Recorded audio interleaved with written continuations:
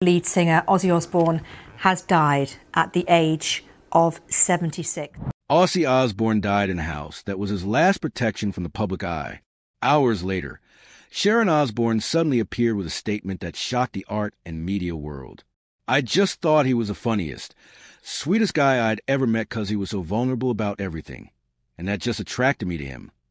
For decades, she controlled all the information surrounding him. A completely different truth about Ozzy Osbourne's death was confirmed, and the only person standing up to confirm it was none other than the wife he always called the last and only.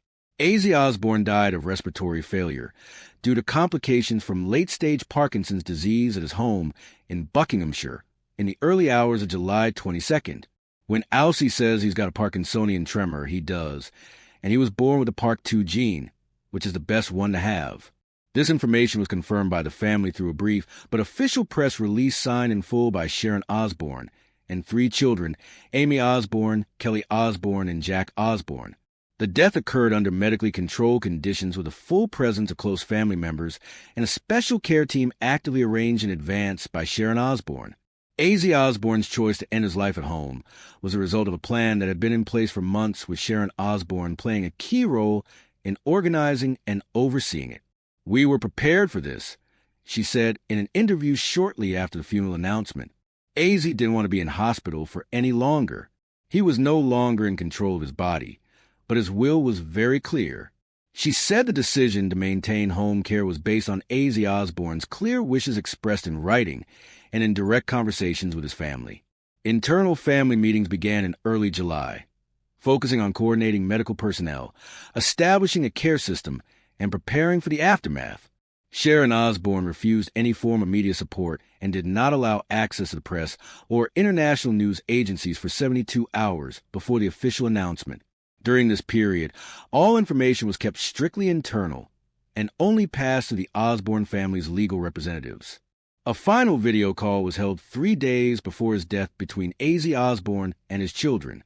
According to Jack Osbourne, his father had completely lost the ability to speak, but was still able to communicate through eye contact and minimal facial expressions. Jack Osbourne made it clear in a family statement, "We understood what he was trying to say. There was nothing unexpected or ambiguous about the moment. Everyone understood the meaning of the farewell." Out of the 3 children, only one person was asked to meet privately with Ozzy Osbourne in his final hours, Sharon Osbourne. In a personal letter that Sharon Osbourne officially released in a press release, she affirmed, "He and I kept our old promises. There was no intervention from machines. There was no transfer. Nothing was done outside Ozzy's wishes."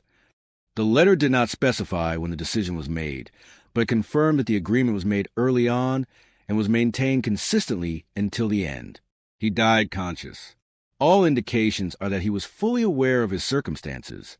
Sharon Osbourne added, "The body was kept in a private room for 12 hours before being transferred to a prearranged burial site.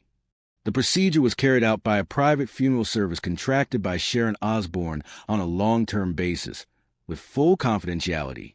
No media artists or business partners were allowed access during this time. All activities were carried out within the family.